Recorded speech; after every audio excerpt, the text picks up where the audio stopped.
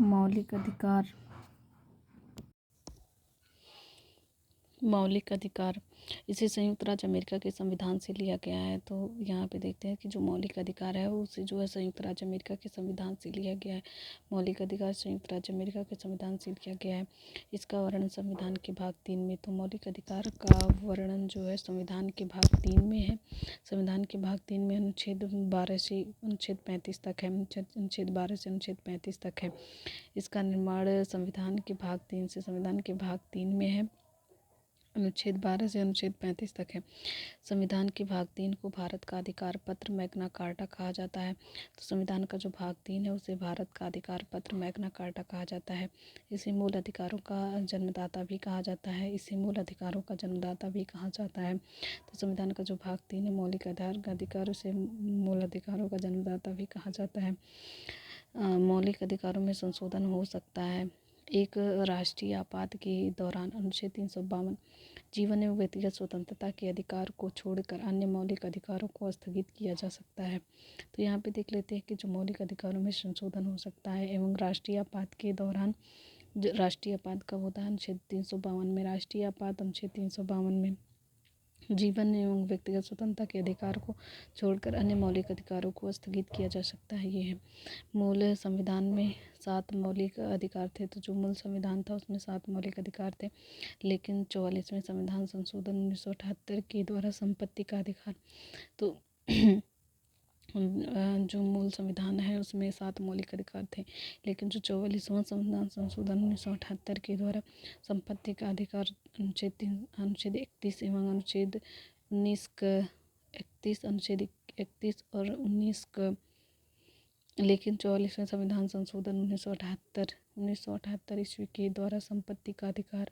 अनुच्छेद 31 एवं अनुच्छेद 19 को मौलिक अधिकार की सूची से हटाकर इसे संविधान के अनुच्छेद 300A के अंतर्गत कानूनी अधिकार के रूप में रखा गया है।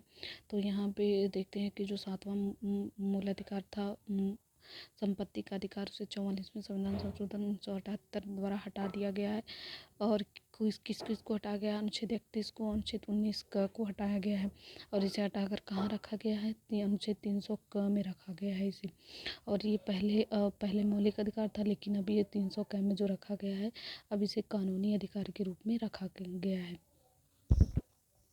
अनुच्छेद और यहाँ पे देख लेते हैं 1931 में कराची अधिवेशन, जिसके अध्यक्ष सरदार वल्लभ भाई पटेल थे। तो 1931 का जब कराची अधिवेशन हुआ तो उसके अध्यक्ष सरदार वल्लभ भाई पटेल थे। 1931 में जब कराची अधिवेशन हुआ तो उसके अध्यक्ष सरदार वल्लभ भाई पटेल थे। में कांग्रेस ने घोषणा पत्र में मूल अधिकारों की मांग की। कांग्रेस ने घोषणा पत्र में मूल अधिकारों की मांग की। मूल अधिकारों का प्रारूप जवाहरलाल नेहरू ने बनाया था। तो जो मूल अधिकार है का जो प्रारूप है उसे जवाहरलाल नेहरू ने बनाया था। तो जो मूल अधिकारों का जो प्रारूप है उसे जवाहरलाल नेहरू ने बनाया था। मौलिक अधिकार यहाँ देख लेते हैं। समता या समानता का अधिकार अनुच्छेद 14 से 18 तक है। समता या समानता का अधिकार अनुच्छेद 14 से लेकर 18 तक है। तो समता या समानता का अधिकार जो है अनुच्छेद 14 से अनुच्छेद 18 तक है। स्वतंत्रता का अधिकार जो है अनुच्छेद 19 से 22 तक है। स्वतंत्रता का अधिकार अनुच्छेद 19 से लेकर के 22 तक है। स्वतंत्रता का अधिकार अनुच्छेद 19 से लेकर के 22 तक है। तो 14 से लेकर 18 तक समता या समानता का अधिकार है। अनुच्छेद 19 से लेकर के 22 तक ये स्वतंत्रता का अधिकार है। अनुच्छेद 23 से लेकर 24, अनुच्छेद 23 और 24 शोषण के विरुद्ध अधिकार है। अनुच्छेद 23 और 24 शोषण के विरुद्ध अधिकार है। अनुच्छेद 25, 26, 27, 28, 25, 26, 27, 28, 25, 26, 27, 28 तो 4 हैं। तो धार्मिक स्वतंत्रता का अधिकार कुल 4 है। 25, 26, 27, 28 ये है धार्मिक स्वतंत्रता का अधिकार। और शोषण के विरुद्ध अधिकार 23, 24 में है। और स्वतंत्रता का अधिकार कुल 5 है। 19, 20, 21, 22, 19, 20, 21, 22 मतलब 4 है। स्वतंत्रता का अधिकार भी 4 है। 19, 20, 21, 22 4 स्वतंत्रता का अधिकार है और 4 धार्मिक स्वतंत्रता का अधिकार है। और समानता का अधिकार देख लेते हैं कि ना 14, 15, 16, 17, 18। तो जो समता या समानता का अधिकार है वो 5 है। समता या समानता का अधिकार जो है 5 है। 14, 15, 16, 17, 18। स्वतंत्रता का अधिकार 4 है। 19, 20, 21, 22। शोषण के विरुद्ध अधिकार 23, 24 शोषण के विरुद्ध अधिकार है। धार्मिक स्वतंत्रता 4 है। 25, 26, 27, 28। संस्कृति और शिक्षा संबंधी अधिकार 2 हैं। 29 और 30। संस्कृति एवं शिक्षा संबंधी अधिकार 29 और 30 है। 29 और 30 है। संवैधानिक उपचारों का अधिकार अनुच्छेद 32 में। संवैधानिक उपचारों का अधिकार अनुच्छेद 32 में है। समता या समानता का अधिकार इसे देख लेते हैं, जो ये पहला मौलिक अधिकार है। समता या समानता का अधिकार अनुच्छेद 14 विधि की समक्ष समता। इसका अर्थ यह है कि सभी राज्य सभी व्यक्तियों के लिए एक समान कानून बनाएगा या उन पर एक समान कानून का लागू करेगा। तो अनुच्छेद 14 में है विधि के समक्ष समता। इसका अर्थ यह है कि राज्य सभी व्यक्तियों के लिए एक समान कानून बनाएगा या उन पर एक समान लागू करेगा, यह है। फिर अनुच्छेद 15 में है, अनुच्छेद 15 में है धर्म, नस्ल, जाति, लिंग या जन्म स्थान के आधार पर भेदभाव का निषेध। तो अनुच्छेद 15 में भेदभाव, अनुच्छेद 15 में भेदभाव का निषेध है। लेकिन कितने तरह के भेदभाव है? 1, 2, 3, 4, 5, 5 आधार पर है। धर्म है, नस्ल है, जाति है, लिंग है, जन्म स्थान। धर्म के आधार पर, नस्ल के आधार पर, जाति के आधार पर, लिंग के आधार पर, जन्म स्थान के आधार पर भेदभाव निषेध 15 में कहा गया। राज्य के द्वारा धर्म, मूलवंश, जाति मतलब नस्ल मतलब मूलवंश, जाति, लिंग, जन्म स्थान आदि के आधार पर नागरिकों के प्रति जीवन के किसी भी क्षेत्र में भेदभाव नहीं किया जाएगा। यह अनुच्छेद 16 में है लोक नियोजन के विषय में अवसर की समता। तो अनुच्छेद 16 में है लोक नियोजन के विषय में अवसर की समता। तो अनुच्छेद 16 में है लोक नियोजन के विषय में अवसर की समता। राज्य के अधीन किसी पद पर नियोजन या नियुक्ति से संबंधित विषयों में सभी नागरिकों के लिए अवसर की समानता होगी। अपवाद अनुसूचित जाति, अनुसूचित जनजाति एवं पिछड़ा वर्ग। तो ये लोक नियोजन के विषय में अवसर की समता अनुच्छेद 16 में है। तो राज्य के अधीन किसी भी पद पर अगर नियोजन या नियुक्ति से संबंधित विषय में सभी नागरिकों के लिए अवसर की समानता होगी। तो इसमें अपवाद है क्या? अनुसूचित जाति, अनुसूचित जनजाति और पिछड़ा वर्ग। अनुसूचित जाति, अनुसूचित जनजाति और पिछड़ा वर्ग। अनुसूचित जाति, अनुसूचित जनजाति और पिछड़ा वर्ग, ये अनुच्छेद 16 में है। फिर अनुच्छेद 17 में है अस्पृश्यता का अंत। अनुच्छेद 17 में है अस्पृश्यता का अंत। अस्पृश्यता के उन्मूलन के लिए इसे दंडनीय अपराध घोषित किया गया है। अस्पृश्यता के उन्मूलन के लिए इसे दंडनीय अपराध घोषित किया गया है।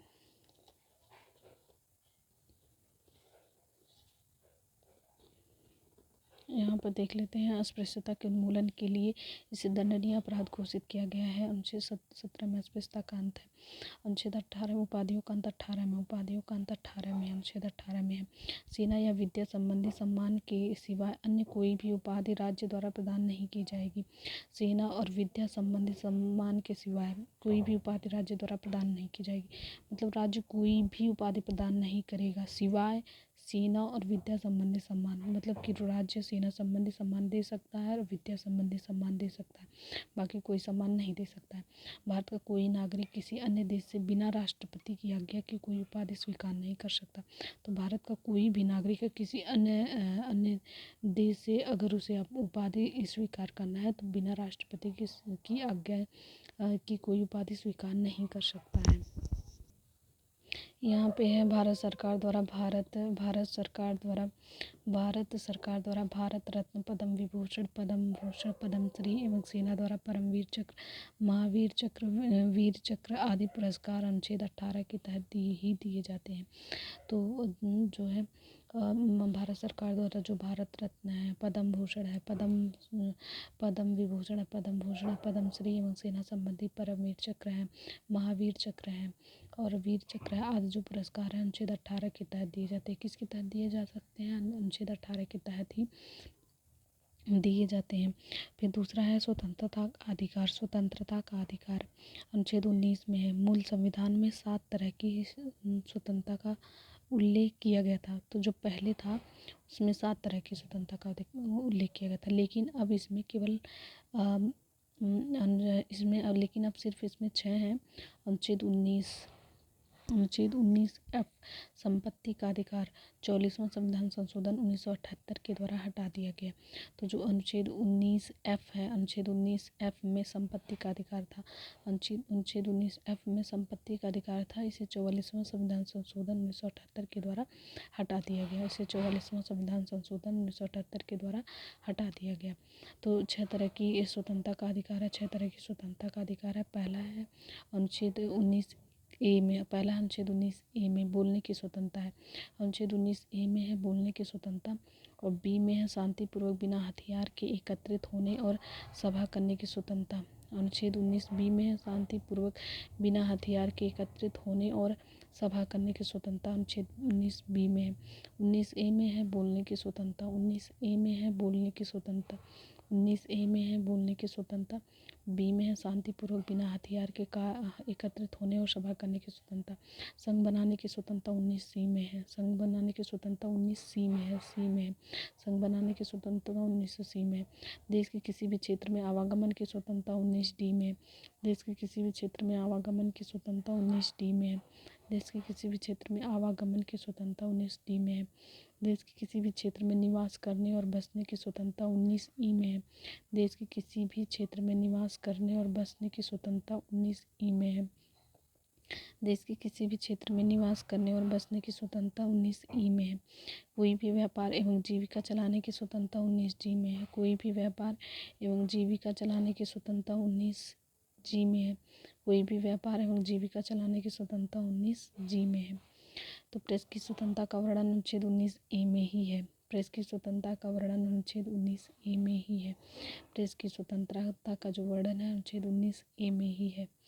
अनुच्छेद 20 में है अपराधों के लिए दो संधि के संबंध में संरक्षण।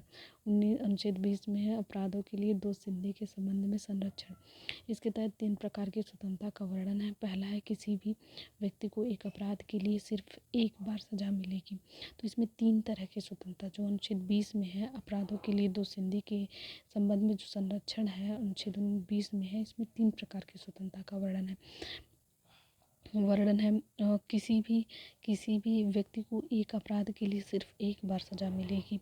दूसरा है अपराध करने के समय जो कानून है उसी के तहत सजा मिलेगी, न कि पहले या बाद में बनने वाले कानून के तहत।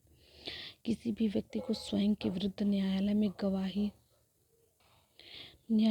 गवाही देने के लिए बाध्य नहीं किया जाएगा। न्यायालय में गवाही देने के लिए बाध्य नहीं किया जाएगा। अनुच्छेद 21 में है प्राण एवं दैहिक स्वतंत्रता का संरक्षण। अनुच्छेद 21 में है प्राण एवं दैहिक स्वतंत्रता का संरक्षण। किसी भी व्यक्ति को विधि द्वारा स्थापित प्रक्रिया के अतिरिक्त उसके जीवन और व्यक्तिगत स्वतंत्रता के अधिकार से वंचित नहीं किया जा सकता है। अनुच्छेद 21 के तहत प्रत्येक सरकार का दायित्व बनता है कि वह अपने नागरिकों को स्वस्थ एवं स्वच्छ पर्यावरण उपलब्ध कराए। इसके लिए भारत सरकार ने संसद से राष्ट्रीय हरित न्यायाधिकरण अधिनियम 2010 पारित कराया। अक्टूबर 2010 में राष्ट्रीय हरित न्यायाधिकरण की स्थापना की गई। राष्ट्रीय हरित न्यायाधिकरण की मुख्य पीठ नई दिल्ली में है। तो जो राष्ट्रीय हरित NGT से बोल जाता है नेशनल ग्रीन और नेशनल ग्रीन ट्रिब्यूनल। तो राष्ट्रीय हरित न्यायाधिकरण की जो मुख्य पीठ है वो नई दिल्ली में है, जबकि 4 अन्य पीठें जो है वो भोपाल, पुणे, कोलकाता और चेन्नई में है। तो राष्ट्रीय हरित न्यायाधिकरण की पीठ है वो नई दिल्ली में है। और ये पूछा जाता है कि उस क्वेश्चन की जो राष्ट्रीय हरित न्यायाधिकरण अधिनियम वो कब बना था? 2010 में ये बना था। और इसकी जो मुख्य पीठ नई दिल्ली में है और इसके 4 अन्य पीठें कहाँ पे हैं? भोपाल में, पुणे में, कोलकाता में, चेन्नई में।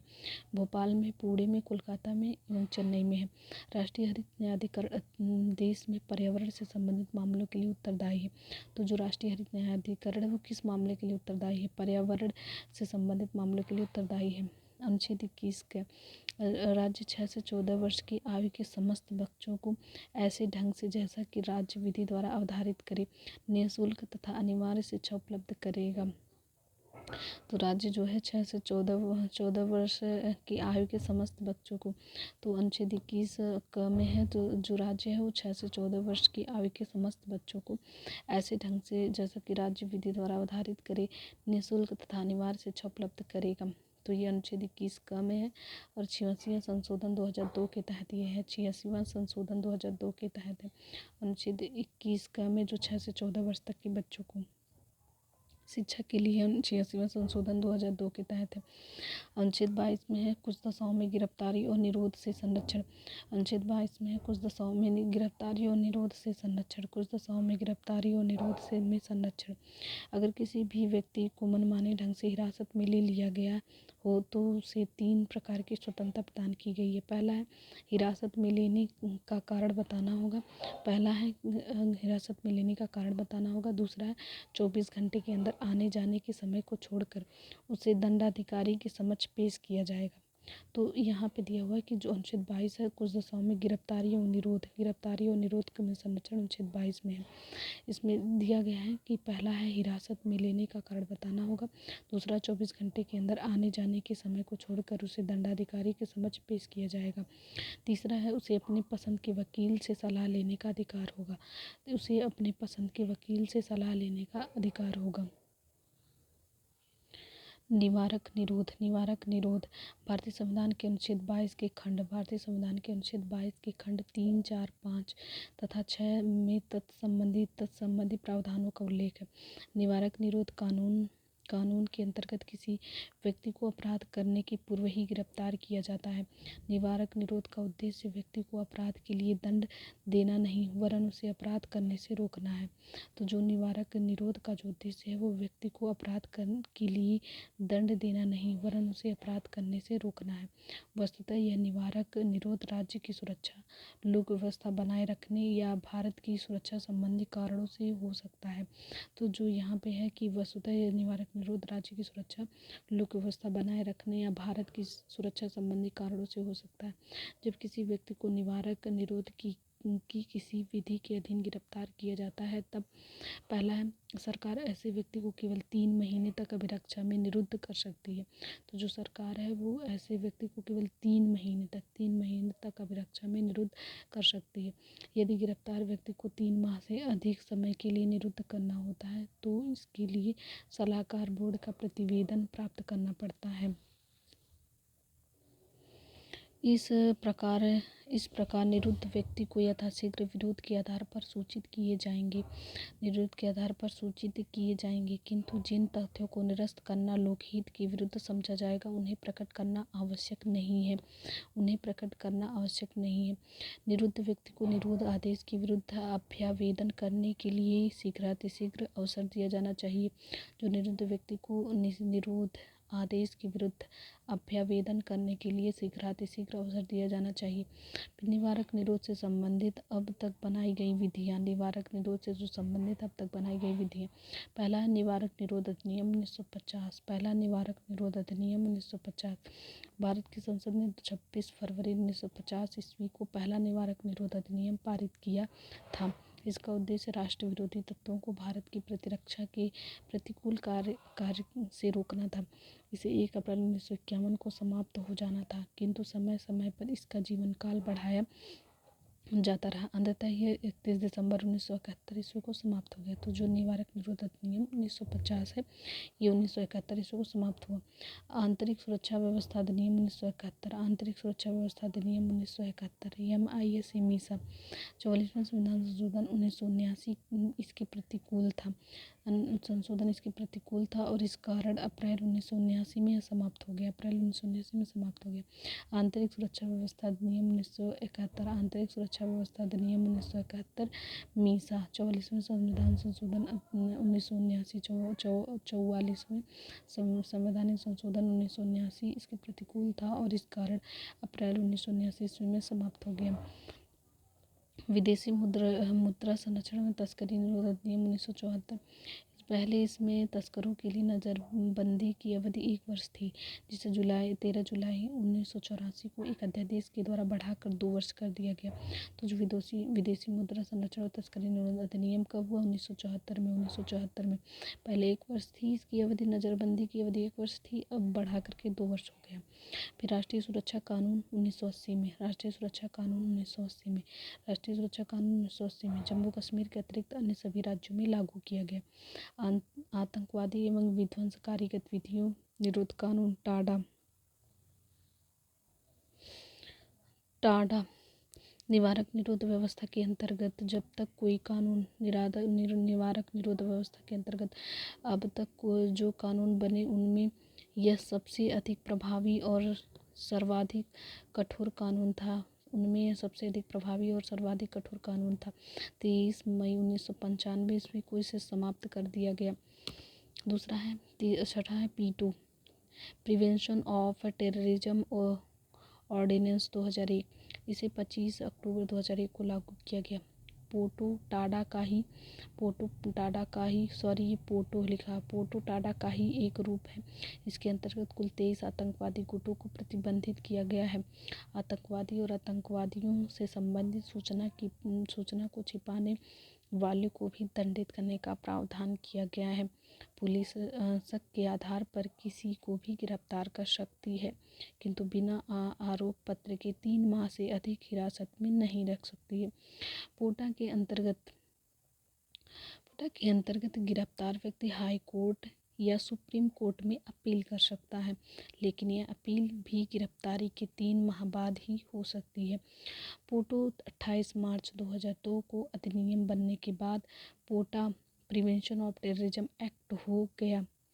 31 सितंबर 2004 को इसको अध्यादेश के द्वारा समाप्त कर दिया गया। तो जो पोटा है, पहले पोटो था लेकिन बाद में पोटा बना, फिर उसके बाद ये जो है ये 31 सितंबर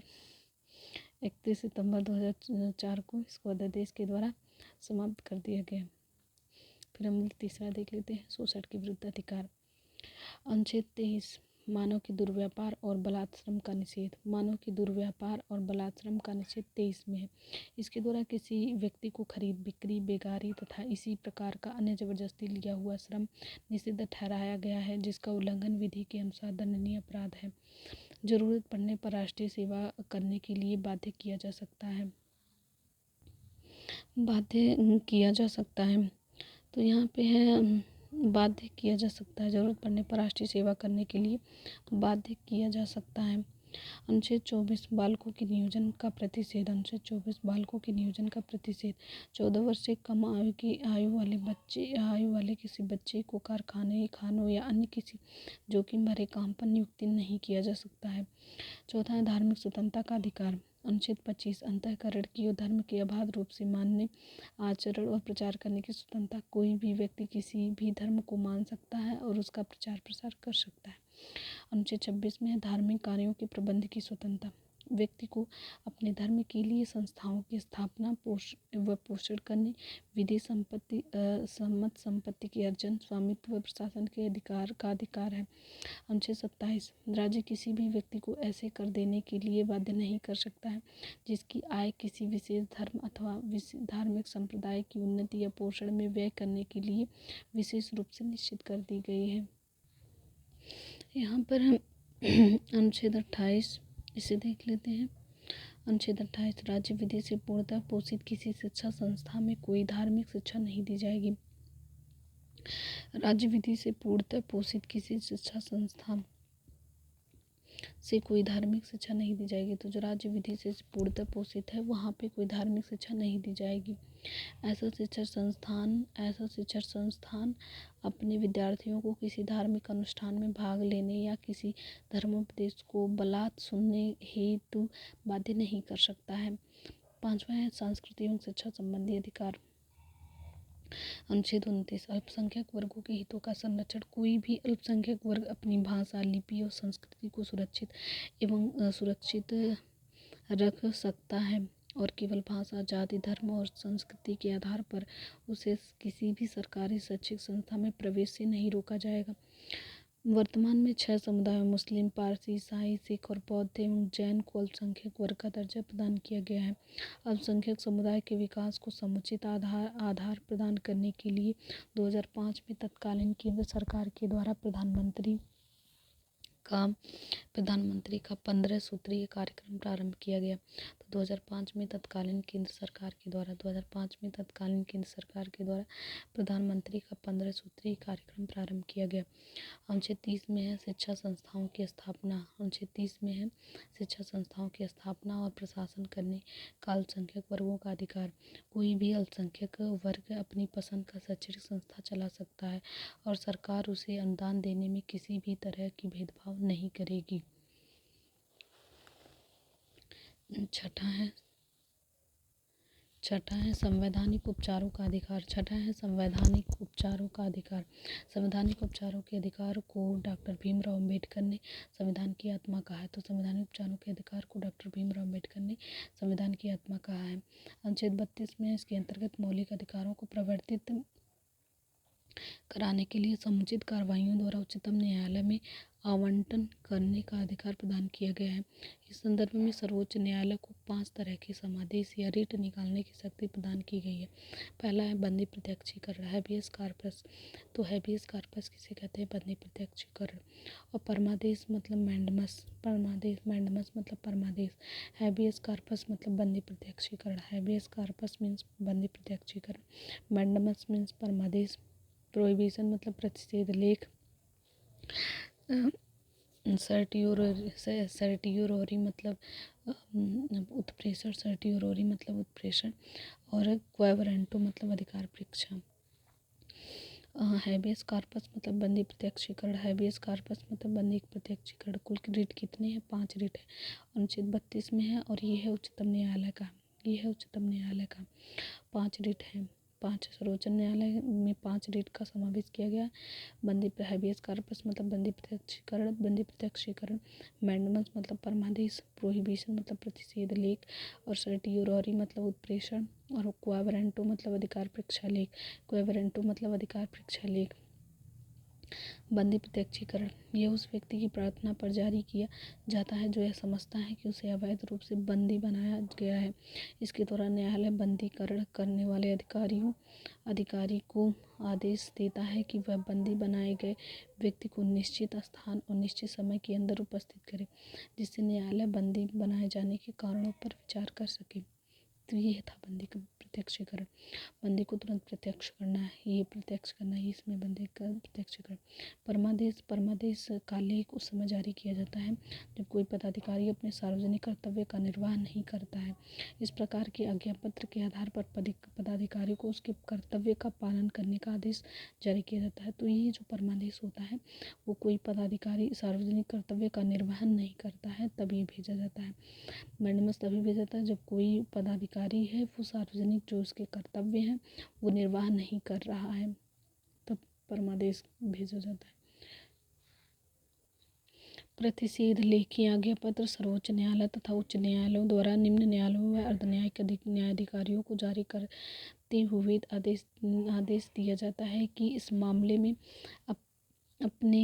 अपने यहाँ कार्रवाई न करे क्योंकि यह मामला उनके अधिकार क्षेत्र के बाहर है। तो जो प्रतिषेध लेख होता है वो सर्वोच्च न्यायालय और उच्च न्यायालय जो निम्न न्यायालय है या अर्धन्यायिक न्यायाधिकरण उन्हें जारी करता है इस मामले की, क्योंकि यहाँ अपने यहाँ कार्रवाई न करे क्योंकि यह मामले उनके अधिकार क्षेत्र में नहीं है। अगर निम्न न्यायालय या अर्धन्यायिक न्यायालय या फिर अर्धन्यायिक न्यायालय कोई ऐसे मामले में सुनवाई करते हैं जो उनके अधिकार क्षेत्र के बाहर है, उस पर भी कार्रवाई करते हैं। तो जो सर्वोच्च न्यायालय वो है और उच्च न्यायालय द्वारा इनको जो है ये प्रतिषेध लेख भेजा जाता है कि यह आपका काम नहीं है, आपके अधिकार क्षेत्र से बाहर है, आपके अधिकार क्षेत्र से बाहर है। उत्प्रेषण इसके द्वारा अधीनस्थ न्यायालयों को यह निर्देश दिया जाता है कि वे अपने पास लंबित मुकदमों के न्याय नियोजन के लिए वरिष्ठ न्यायालय को भेजें। तो उत्प्रेषण उस संदर्भ में भेजा जाता है कि जो मतलब न्यायालय भेजता है उत्प्रेषण। प्रतिषेध लेख भी न्यायालय भेजता है और उत्प्रेषण भी न्यायालय भेजता है। प्रतिषेध लेख भी न्यायालय भेजता है, उत्प्रेक्षण भी न्यायालय भेजता है, लेकिन उत्प्रेक्षण में न्यायालय जो अपने अधीनस्थ न्यायालय हैं उन्हें भेजता है, इसलिए कि जो उनकी में जो लंबित मुकदमा है उसमें टाइम लग रहा है, न्याय नहीं हो रहा है, तो इसीलिए बोलते हैं जो लंबित मुकदमा है, जो मुकदमे हैं उसे न्याय निर्णय के लिए वरिष्ठ न्यायालय अपने ऊपर के न्यायालयों में भेजें, वहाँ पे रख करके ज़्यादा टाइम ना लगाएं, इसके लिए है उत्प्रेषण होता है। तो उत्प्रेषण प्रतिषेध लेख दोनों ही न्यायालय लगाते हैं। अधिकार परीक्षा जब कोई व्यक्ति ऐसे पदाधिकारी के रूप में कार्य करने लगता है जिसके रूप में कार्य करने का उसे वैधानिक रूप से अधिकार नहीं है, तो अधिकार परीक्षा लेख होता है कि अधिकार परीक्षा लेख होता है कि कोई व्यक्ति है, मतलब कोई व्यक्ति पदाधिकारी जैसा काम करने लगे, कोई व्यक्ति एक सरकारी आदमी सरकारी जो पोस्ट है उसके रूप में कार्य करने लगे, तब उस पर लगाया जाता है अधिकार परीक्षा लेख।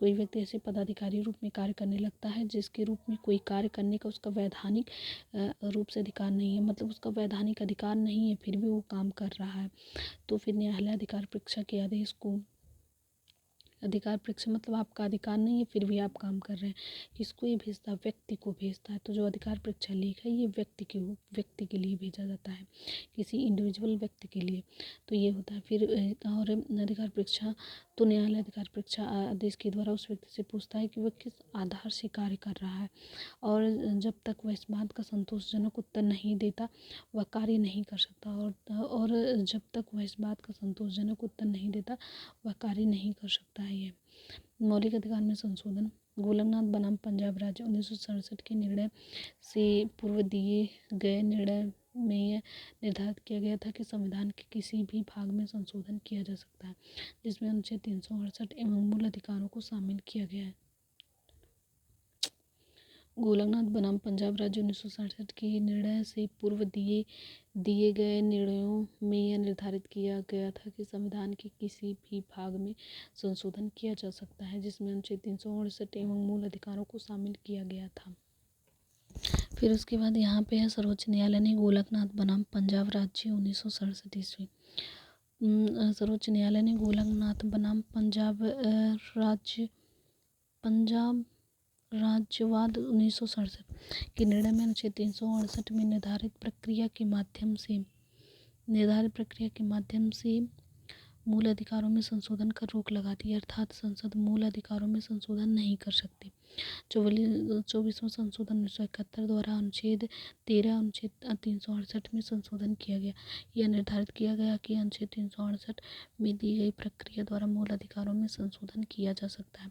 तो 24वां संशोधन है 1971 द्वारा अनुच्छेद 13 और अनुच्छेद 368 में संशोधन किया गया तथा यह निर्धारित किया गया कि अनुच्छेद 368 में दी गई प्रक्रिया द्वारा मूल अधिकारों में संशोधन किया जा सकता है। यह केशवानंद भारती बनाम केरल राज्यवाद के निर्णय में इस प्रकार के संशोधन को विधि मान्यता प्रदान की गई, अर्थात गोलकनाथ बनाम पंजाब राज्य के निर्णय को निरस्त कर दिया गया। तो जो केशवानंद भारती बनाम केरल राज्य है उसके निर्णय में इस प्रकार के संशोधन को विधि मान्यता प्रदान की गई, अर्थात जो गोलकनाथ बनाम पंजाब राज्य के का जो निर्णय था उसे निरस्त कर दिया गया। गोलकनाथ बनाम पंजाब राज्य का जो निर्णय है उसे केशवानंद भारती बनाम केरल राज्य में निरस्त कर दिया गया। जो 42वां संविधान संशोधन 1976 द्वारा अनुच्छेद 368 में खंड 4 और 5 जोड़े गए तथा यह व्यवस्था की गई कि इस प्रकार किए गए संशोधन को किसी न्यायालय में प्रश्नगत नहीं किया जा सकता है। तो यहाँ पे है कि मिनर्वा और 42वां संविधान संशोधन 1976 के द्वारा अनुच्छेद 368 में खंड 4 और 5 जोड़े गए तथा यह व्यवस्था की गई कि इस प्रकार किए गए संशोधन को किसी न्यायालय में प्रश्नगत नहीं किया जा सकता है। मिनर्वा मिल्स बनाम भारत संघ 1980 के निर्णय के द्वारा मिनर्वा मिल्स बनाम भारत संघ 1980 मिनर्वा मिल्स बनाम भारत संघ 1980 के निर्णय के द्वारा यह निर्धारित किया गया कि संविधान के आधारभूत लक्षणों की रक्षा करने का अधिकार न्यायालय को है और न्यायालय इस आधार पर किसी भी संशोधन का पुनरावलोकन कर सकता है। इसके द्वारा 42वें संविधान संशोधन द्वारा की गई व्यवस्था को भी समाप्त कर दिया गया। तो जो मिनर्वा मिल्स बनाम भारत संघ 1980 में आया था, ये 1980 1980 में आया था। इसके निर्णय के द्वारा यह निर्धारित किया गया कि संविधान के आधारभूत लक्षणों की रक्षा करने का अधिकार, संविधान के जो आधारभूत लक्षण है इसकी रक्षा करने का अधिकार न्यायालय को है। ये मिनर्वा मिल्स बनाम भारत संघ में कहा गया। और न्यायालय इस आधार पर किसी भी संशोधन का पुनरावलोकन कर सकता है। तो पुनरावलोकन कर सकता है न्यायालय, ये किस में कहा गया? मिनर्वा मिल्स बनाम भारत संघ में कहा गया। इसके द्वारा 42वें संविधान संशोधन द्वारा की गई व्यवस्था को भी समाप्त कर दिया गया। तो जो 42वें संशोधन द्वारा की गई व्यवस्था है उसे मिनर्वा मिल्स बनाम भारत संघ में इसे समाप्त कर दिया गया था। राज्य की नीति निर्देशक सिद्धांत इसे हम नेक्स्ट वीडियो में देखते हैं।